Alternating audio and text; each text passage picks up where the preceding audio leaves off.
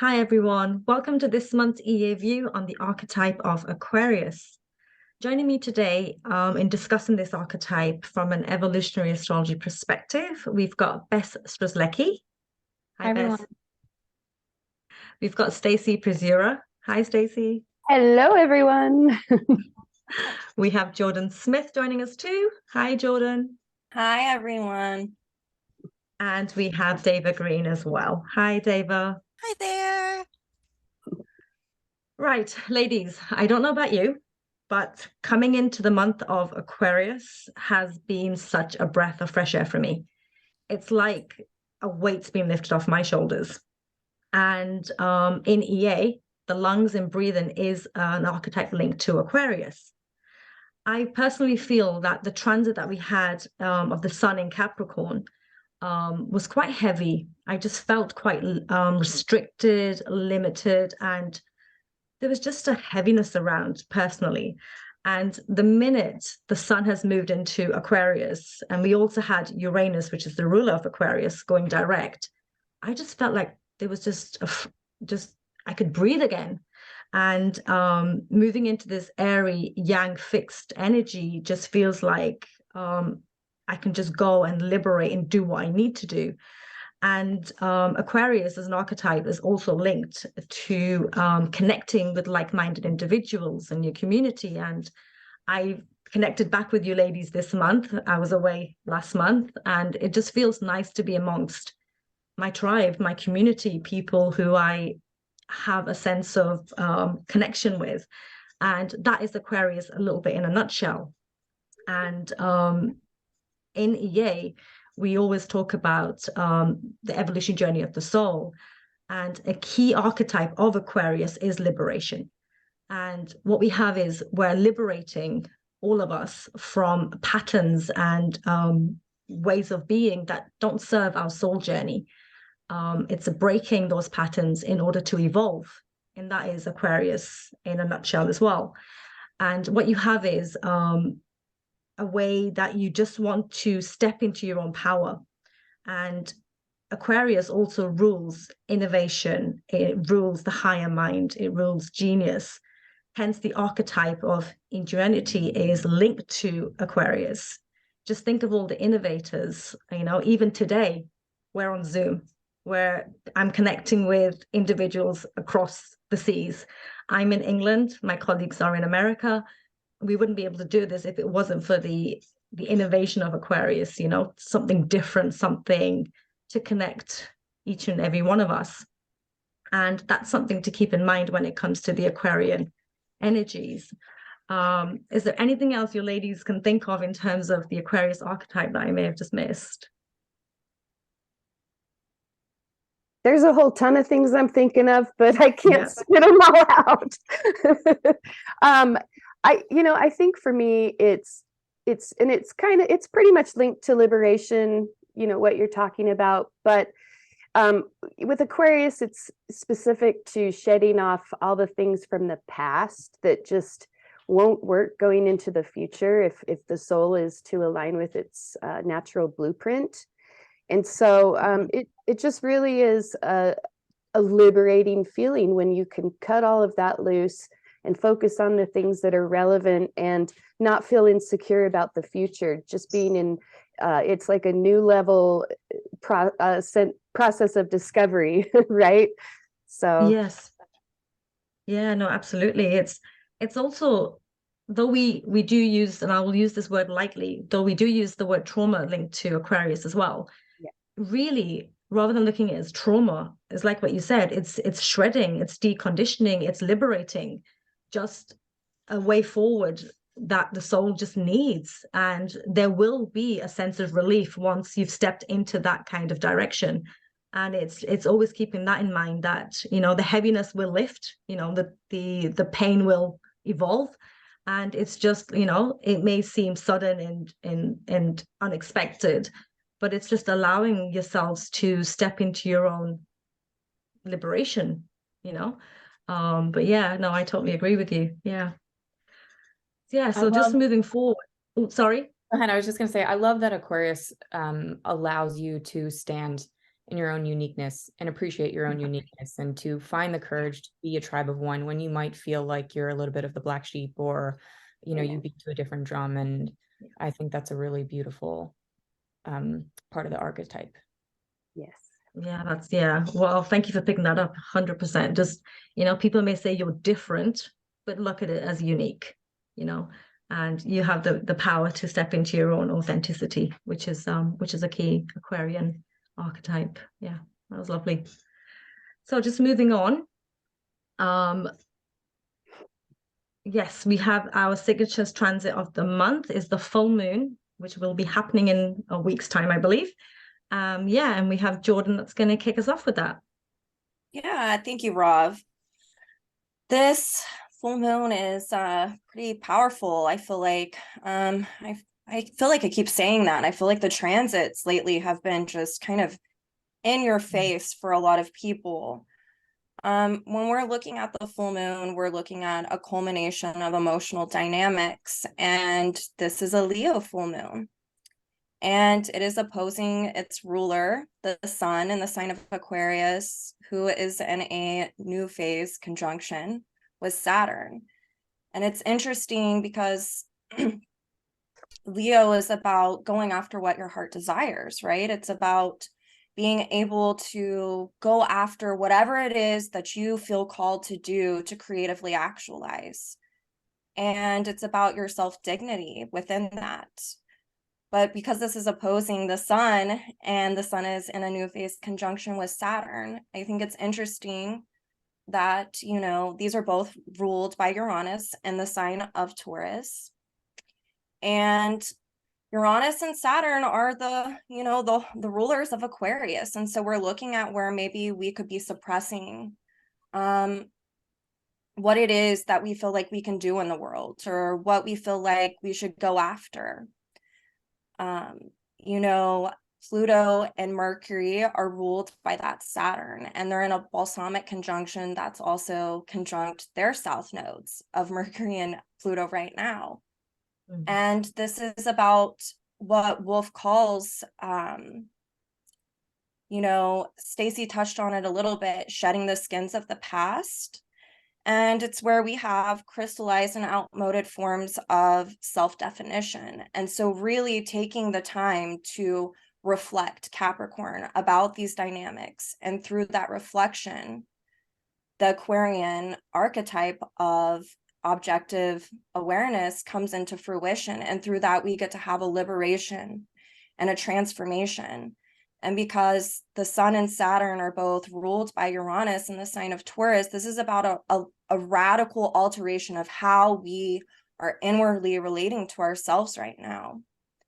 And so this sun is square Uranus, and it's in our first quarter. So there's a need to act, a crisis about acting. How do I go about doing what I want to do in life, or creating my own dreams? Because it pulls in this Venus and Pisces dynamic, with it being the ruler of that Uranus. And so it's really about us looking at and reflecting on, our psychological and our emotional content. Venus is trining that south node in Scorpio. And through this, we can, have a transformative experience of dissolving old temporal values that are really getting in the way of us going after what it is that we want to go after, or doing the things that we want to do in life. There's so much going on with this full moon. Venus is also square Mars in a first quarter square as well, which is ruled by that Mercury that's conjunct Pluto. And so choices are going to be coming up for people as a way to make a new choice. How do I want to go about this? Where was I feeling powerless in the past, that my self-defeating thoughts were getting in the way of me going after what I wanted to do? And now I feel like maybe I can. And so this full moon can bring up an opportunity for a lot of us to make a choice and to commit to that. And it's really done through the reflection and the objective awareness about where we have self-defeating thoughts. Jupiter is a part of this mix as well. It is, I believe, is it trining the moon? Yes. And with this trine to the moon and that Jupiter being ruled by Mars, it's wanting action to create new circumstances for us to shape new beliefs about ourselves. It's Jupiter's in an inconjunct with the South Node and semi-sextile to Uranus. And so it's, to the North Node. And so there's a friction that can come up for us to readjust and to remember to just keep putting one foot forward as we go through this process of reflecting and seeing where maybe we felt too small to act on something. Maybe we, felt like we were disempowered. And so these chances or choices can come up again for us that's how the universe works, right? Things come back around, they cycle back around in order to give us a new opportunity. And this full moon, I feel like, really speaks to all of that. So, yeah. Venus is ruled by Neptune and it's sextiling Mercury. And Mercury is ruled by that Saturn. You just see these repeating themes over and over again. And we're all being called to dissolve, these and discern through discernment, these mixed messages about how to go after what it is we want to go after. And through that, we can actually understand that the universe is inside of us, the inner universe, get acclimated with that. And that radically shifts and changes how we inwardly relate to ourselves. So if you guys have other thoughts on this full moon, let me know. I have a thought. Yeah. One thing that came to me with the ruler Uranus is that and with the opposite, well, anyway, sorry, it's probably very likely that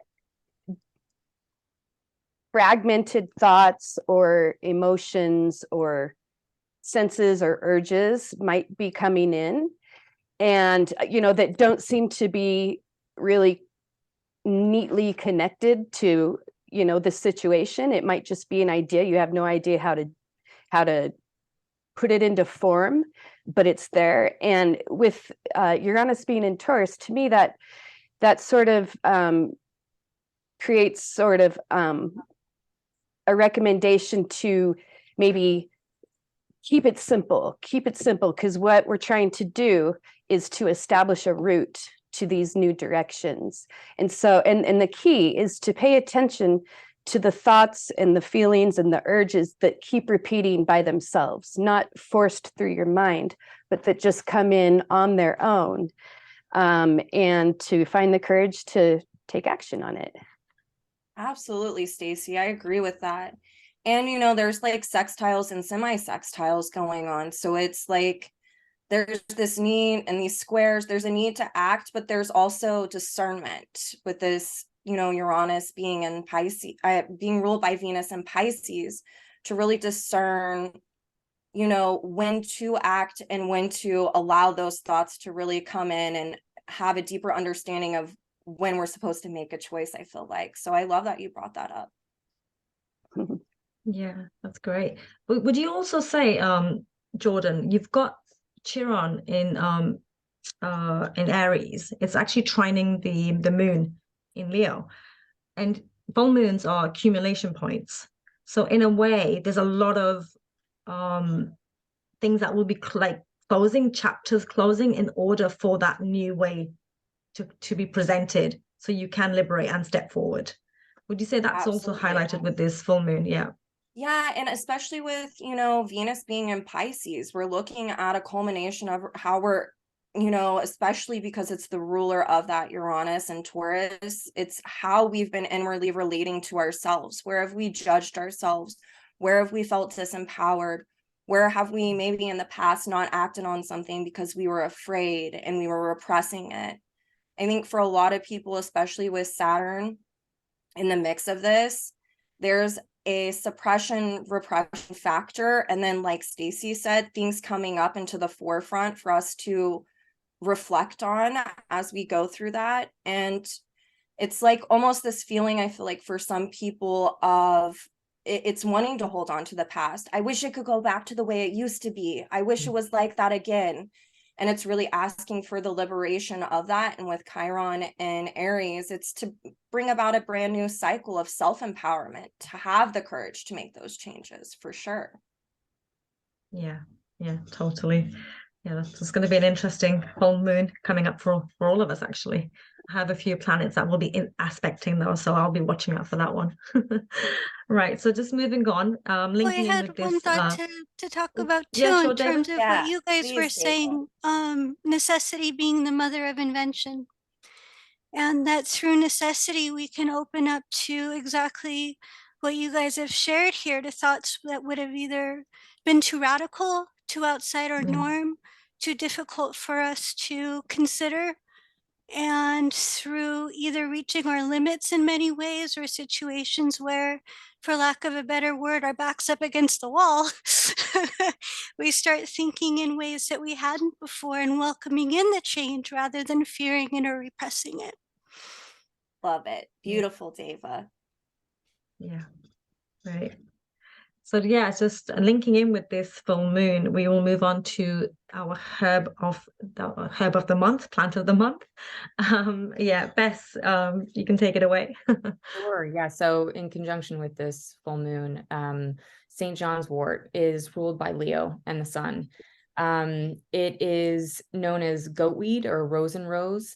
It's a flowering herb that produces this really beautiful yellow star-shaped flower that's native to Europe, but you can pretty much find it anywhere nowadays. And it's named after St. John because it blooms and is harvested around the feast day in honor of St. John the Baptist, which is correlated to the summer solstice. So St. John's wort is widely known for its mood boosting capabilities. There are several studies recently published that indicate that it reduced symptoms of mild to moderate depression more than the placebo. There's still a lot of, I would say, work and scientific, processes that need to go around this. And I will say that the FDA does not approve of St. John's wort for this use, and it's not recognized by the National Institute of Health and yada, yada. However, most herbalists know that this is like a really good go-to for treating those symptoms. It's used to treat symptoms of irritability, sleeplessness, and chronic fatigue associated with stress. And it's also used for women with helping mood swings around menopause or PMS. And there's also research that's coming out saying that St. John's wort can be helpful with symptoms of withdrawal, the anxiety and sort of mood swings that accompany that. And another really cool thing about St. John's wort is it's a great healer. One of its nicknames is Amber Touch and Heal, and it's high in antioxidants. It's an anti-inflammatory. It helps with joint and muscle aches as well as alleviate skin conditions. It's it's used in sort of for the skin to kind of heal, clear. It helps with acne. It helps with the appearance of scars, free lines, fine lines, bruising, and such. Metaphysically, it's been used for driving away evil spirits. Another name it's known by is Fuga Demonium, or demon chaser. So if anyone's having a strong Lucifer transit, might be worth looking into. Anyway, it's traditionally on the feast day, the herb was hung on the doors of homes, stalls, livestock entrances, placed on altars, etc., to ward away and protect against evil spirits and sickness. So that's the plant of the month. Cool. Well, just to add to the Lucifer, it is hanging around my natal moon, so I'll be looking into this for sure. I mean, one thing that's worth noting is it can interfere with medication. So grapefruit's known to do this as well, but if you're on current antidepressants or SSRI uptake inhibitors, you've got to be careful. So do your research, talk to your people, but definitely worth looking into. It's an herb I really enjoy and I love working with. Yeah. Well, Bess, I have to say, you've increased my knowledge of herbs over the last few months, and where my whole medication personally is changing, where it's like, nature has all the answers. Like, it really does.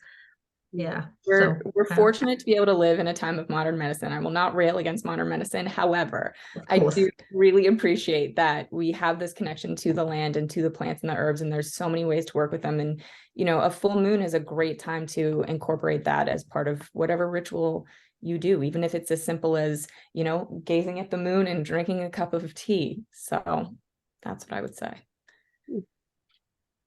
That's actually one of my favorite things to do. So yeah, everyone should do that. Everyone should do that. All right. Yeah. Okay. Anybody want to say anything else? Add anything at all? Should we just move on to the signature transit? Sorry. The signature of the month, which I personally, could somebody please say his full name? Volodymyr Zelensky. There we go. I just was focused on Zelensky. So yeah, Bess, do you have some background on Zelensky you would like to share with us before we analyze this chart? Yeah. Certainly. So Zelensky is currently the 6th president of Ukraine. He was born in Ukraine to a family of Jewish heritage. His father, Alexander Zelensky, is a professor and computer scientist and the head of the Department of Cybernetics and Computing Hardware at Ukrainian State University. His mother, Rima Zelensky, used to work as an engineer, so it's like very Aquarian of them. Side note, his dad has Uranus retrograde in Gemini, opposing his Mercury and Sun. Love it. Okay. So what's so cool about Zelensky is he was obtaining his law degree when he became interested in theater. And he and his friends started a performance group called Kvartal 95, which is references the neighborhood that Zelensky and his team grew up in. And they were very successful, and ultimately appeared in the televised finals of KVN, which is a popular improv comedy competition that had been broadcasted since the 60s through the Commonwealth of Independent States. And the name KVN translates to the Club of the Quick-Minded, Funny, and Inventive People. I mean, hello, Aquarius. Zelensky and Kvartal 95 became regulars on the KVN, and they appeared on the program until 2003. And that year, Zelensky co-founded Studio Kvartal 95, which is a production company that would become one of Ukraine's most successful entertainment studios.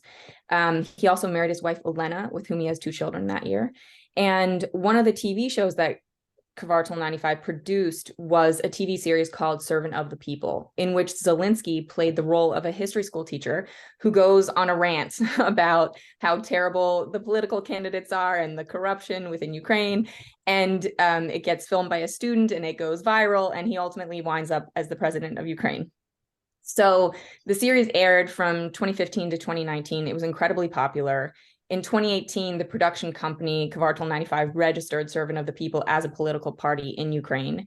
And Zelensky's platform was similar. It was, you know, very Aquarian in that he positioned himself as anti-establishment and anti-corruption. It's very similar to his TV character. So he ended up winning the election in 2019 with 73% of the vote. In the second round, and he was defeating the incumbent, Petro Poroshenko, who at the time ranked among the billionaire businessmen as one of the wealthiest men in Ukraine. And it's also interesting to note that Zelensky's presidential campaign rarely used mainstream media. He favored YouTube and Instagram, also very Aquarian. And he ran on the notion that he would end Ukraine's protracted conflict with Russia, and attempts at talks were made, but have since culminated in the Russian invasion in February of 2022. And after the start of the invasion, Zelensky declared martial law across Ukraine and mobilized the armed forces. And his leadership during this crisis has won him widespread international praise.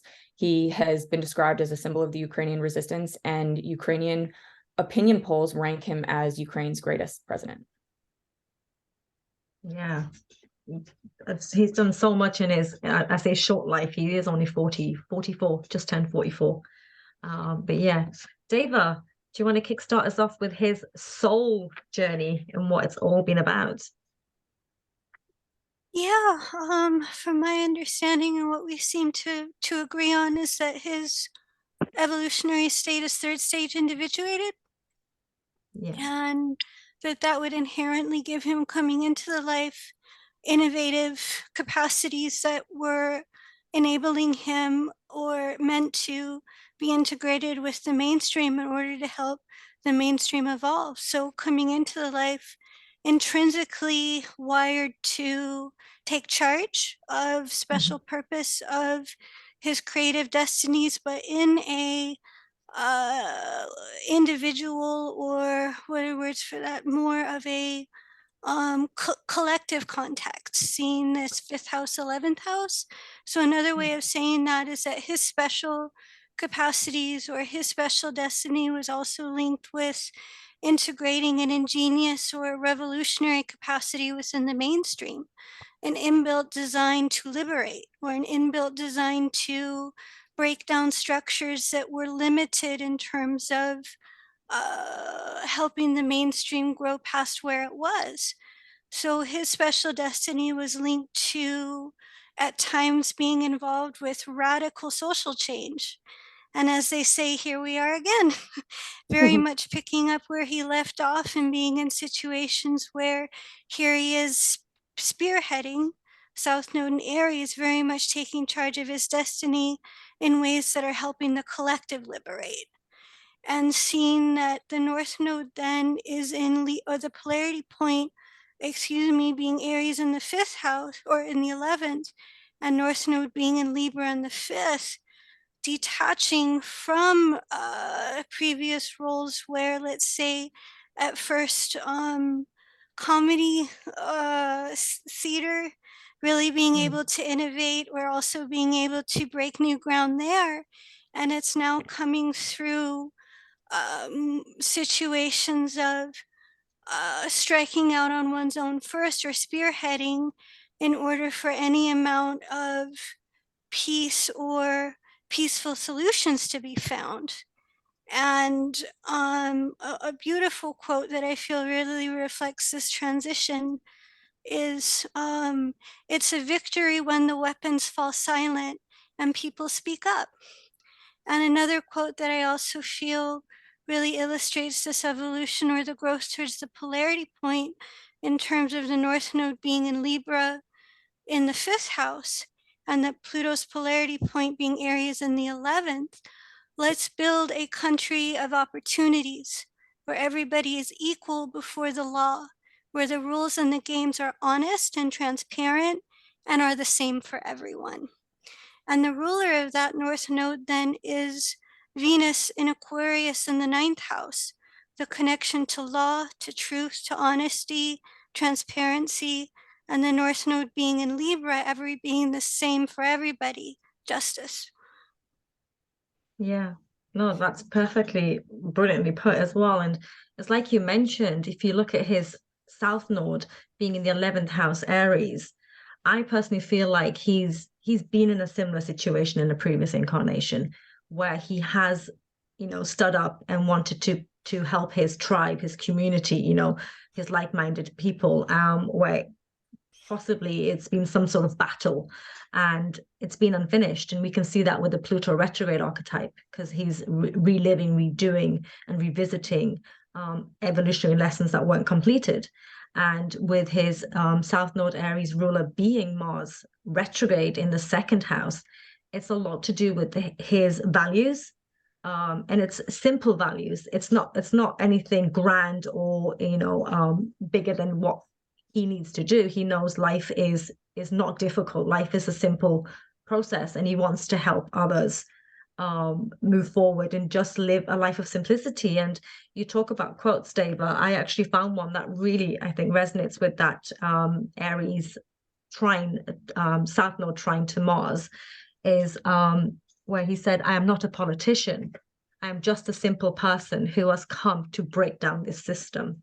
And I think that very much links to his whole natural Aquarian nature, which is a humanitarian. And I know Stacie was going to talk about the whole Uranus archetype linking to that. So Stacie, what are your views on this? Well, of course, we find Uranus in the 6th house in Scorpio. And so we have an orientation where the soul wants to liberate from things that has blocked its evolutionary growth in the past, where it has had a sense of powerlessness to develop new capacities in order to evolve beyond those limitations. And being in the 6th house, the whole point of it is to apply what the individuation that has been achieved or that is being achieved. I find it very interesting that his show, Servant of the People, that's a perfect, those are perfect words for a Uranus in the 6th house in Scorpio. And it just seems really apparent that that is how he is applying that part of his soul. He one of the things about Uranus, actually, I'm going to bring something else in. The moon in the 3rd house in Leo is forming a last quarter square to Uranus. And so, of course, in a last quarter square, we have what a lot of people know as the crisis in consciousness. It's a very Uranian phase where one begins to stand back from, everything has been solidified and now and integrated in society, nice and safe. And, now it's the time to step back and observe, like, what is no longer serving? What kind of things can be implemented to change? How can I evolve into the future?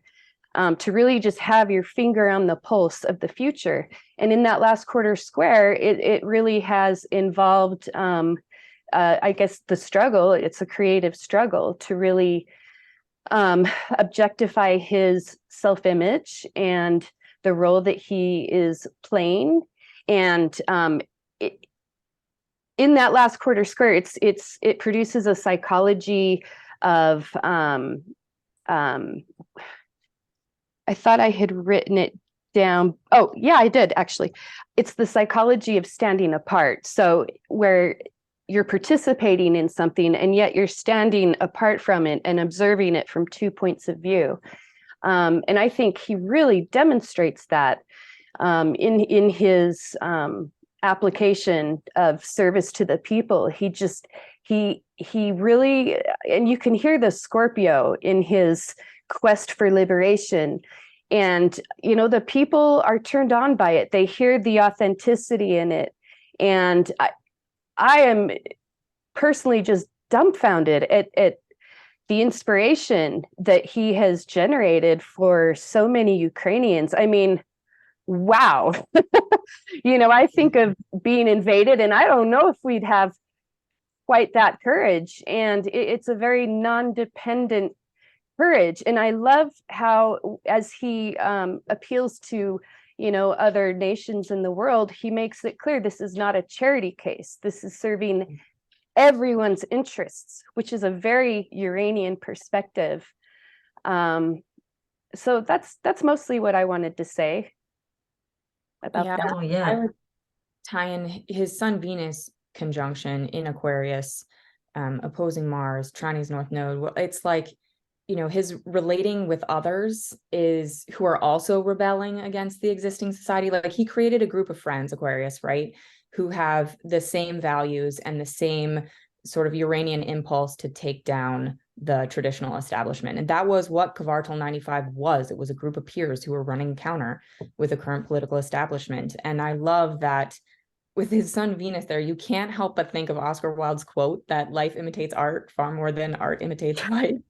And, with regards to his personal relationship as well, his Venus in Aquarius needs a friend first, in a partner. And he and his wife were friends for a long time first, he and Elena. And then she's a screenwriter, and she wrote for his show, The Servant of the People, which I thought was amazing. So she also has the same similar values and views and beliefs. And with the Sun Venus conjunction trining his North Node, I feel like it's, his Aquarian nature and the relationships that he developed that are helping him channel and express his, creative life purpose through his art and his leadership style. Yeah. Yeah, completely. Jordyn, am I right in thinking you were going to talk about the Mercury archetype? No, I'm talking about Chiron. Sorry. Okay. No, you're fine. There's a T-square with Chiron and Venus Sun, and also with Mars and Leo. And as we know, Chiron is where we live with wounds that we can eventually use as a way to kind of be a lantern for other people, to be able to relate to us and to help heal others while healing ourselves through these. That's why Chiron's called the wounded healer. We can see with Chiron and Taurus in the 11th that there have been wounds against trauma, dealing with land and war with Aries on the 11th house cusp. And at a bottom line, survival, right? That's Taurus, is our will to survive. And so carrying this in this lifetime and really wanting to, on the one hand, liberate from it, and on the other hand, doing that through creative actualization. Mars and Leo at 0 degrees in the 2nd house, man, like that punches up, you know, the volume on Leo. But because this is an opposition, and, you know, Taurus, Chiron and Taurus is ruled by this Venus, this is someone who is naturally expressing that Leonian and Mars archetype, like doing something for everyone, right? I want to project Aquarius, 11th house, what my community, what the collective that I'm around, the society that I'm in, is what their value systems are, what their needs are, and doing it in a way that is not, it's like, I believe Stacie, I forget which one of you guys just said it, but about, you know, not being about charity, about this affects the whole, this affects everyone. And so really being this person who is reflecting and projecting out what his community and their values really are, and doing it in a beautiful way.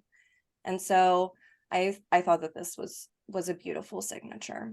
Yeah, I think that the quote, his famous quote that sums up exactly what you said, is when the US offered to evacuate him and he said, "The fight is here, I need ammunition, not a ride."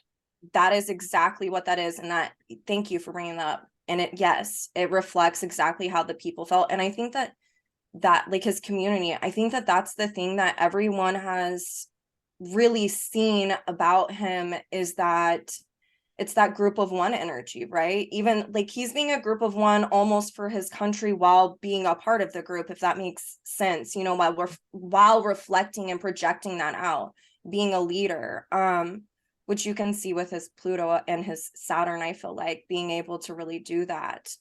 But yes, thank you for bringing up that quote, because it was in my mind and it completely slipped it.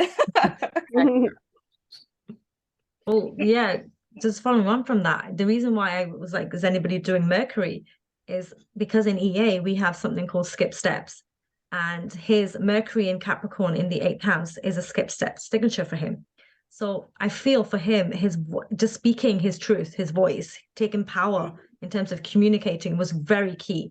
And exactly what you just said, Bess, you know, he's basically said, no, I don't need a ride. You know, he was going to be there for his people, and he just voiced his truth, you know, taking his power rather than being controlled by others, you know, who being in a country that assumed they needed help, which was the case, but he had the ability to be like, we're strong enough to survive. And there's your Capricorn in Mercury being the standing force that his people needed. And I feel he has recovered that skip step in this lifetime. Yeah. Any final thoughts? Yeah. Dovetailing off what you said too, Rob, I remember him giving an interview and one of the broadcasts getting very upset with him because he wasn't using the polite words, and he was trying to convey how important it was that the direct truth, or the underlying 8th house, the actual issues, be addressed in a forthright way, rather than I think in his words it was diplomacy that would not really bring about what he and the country needed at that time. And he was able to look the person directly in their eyes and in a very forthright way say, yes, I understand, but there is also a time for diplomacy, and there's not. And there's a time to when we need to act. And so he was able to, through that Mercury skip step, be in situations where, just as you're saying, he was able to, seeing South Node in Aries in the 11th being recovered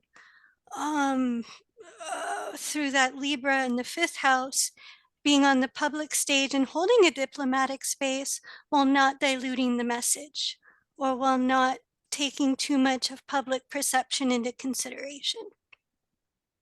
Yeah. Stacie? Yeah. Oh, thank you. Yeah, I forgot to mention something when I was covering Uranus, which is essentially the unpredictable nature of Uranus. And within the context of his social purpose, because in Leo, you have the individual sense of purpose. And in Aquarius, we've already created the personal sense of purpose, but now we've got to socialize it. It has to be socially relevant. Is it fulfilling the needs of the group? And within that, just the archetype of Aquarius in general, just the work of following those impulses and those messages and having the courage to act over time will cause one to lose their fear of thinking in that future oriented way. And I think that that's something that he has really crafted and refined. And when you do that, you could do anything. You can do anything and succeed in that role. And I mean, he was a stand-up comedian, and now he's doing president, and he's doing it great. And to me, that's kind of inspiring, because anyone can be anything when you have those skills. Yeah, totally. And finally, before we move on, if you noticed, the full moon coming up sits on his natal moon, which is 17 degrees Leo, and he is going through his Uranus opposition. So I think there's still more to come from this wonderful man. Yeah. So yeah, thank you, ladies. That was great. Right. So moving on, we have our movie of the month. Deva? Yeah, the reason I thought Phenomenon would be a good pick for Aquarius is because it's such an interesting story that at first he doesn't know. I believe he's a 32-year-old, just very common person, average Joe, who works works on cars and automobiles, and that one day on his birthday he's going out and just drinking with his friends, just having a nice time on his birthday, and he's going back to his car, and all of a sudden he falls down because he thinks he sees a flash of light in his head, and he doesn't know what it is, and he's like, okay. And then after he sees that, his brain won't stop working. It's like something in his mind got switched on, and he starts having all these revolutionary ideas. Everything becomes, as they say, just so brilliantly simple. Everything becomes so simple and so clear, but he doesn't know, he has no idea what's happening. And so he's just, in my view, kind of this eccentric or mad genius up until all hours of the night, going, and think of this and think of that, and oh my gosh, this is so clear now. And he kind of losing his own mind. And then people start getting afraid of him. He becomes that black sheep, and oh my god, you're reading 5 or 6 books a day. And this is transforming from this average Joe to being able to learn the Portuguese language in 20 minutes. And so everybody's going, what's going on here? And so he becomes reclusive, and I'm definitely needing to be that group of one now, because nobody understands me, and I kind of don't understand myself right now. And as it turns out that he had a brain tumor that, instead of deactivating the brain, opened up parts of the brain that most people don't use, or more percentage of the brain than most. And it opened him up to universal energies, kind of going into the Pisces archetype too, to where via Aquarius, the dendrites just kept opening up. And so it gave him a genius capacity, or being able to use the brain quicker, or so on. And in my view, it really shows when we tune into that Aquarian energy, or when we tune into the ability to innovate, the opportunities, and just how liberating and how far that can go. and to how too, in terms of the connection to humanity, he was inventing all these things like fertilizer that could be gas for the collective good. Here's everything that we can do, and just having those dendrites or just tuning into that ingenious capacity, how liberating it can be. It's a very inspiring story. Yeah. Deva, in the movie, because I recall watching this many moons ago. In the movie, because he does die in the end, right? Yeah. I can't recall if the community actually then embraced his ideas, because Thanks that's for what happened, bringing that right? up. Yes, it's Yeah. just the Aquarian energy of it becoming accepted after the fact, or holding the long-term view. And after he died, the community embraced him like never before. Yeah. Yeah. So that really links into the Aquarius archetype, where he had to then become that one man standing and to set that path forward. It's like, being the innovator, the leader, and then slowly deconditioning others. So that whole Capricorn structure breaking down, and the word that Stacie used earlier, shredding, that shredding that happened. And yeah, that's when I looked at the synopsis of the movie, my whole thing was this is one of the probably best Aquarian movies you could have chosen. Right. Yeah, that was great. If you haven't watched it, ladies, have a watch of this one. It is a good film. Right. So just moving on. So before we close today, the inspirational message for the archetype of Aquarius is from Albert Camus. And it's: the only way to deal with an unfree world is to become so absolutely free that your very existence is an act of rebellion. So I hope you can take some inspiration from that message. And yes, so just before we close, I just want to highlight a couple of things. We have a great book that's been written by some wonderful astrologers on natural astrology, houses, signs, and planets. You can buy that from Amazon.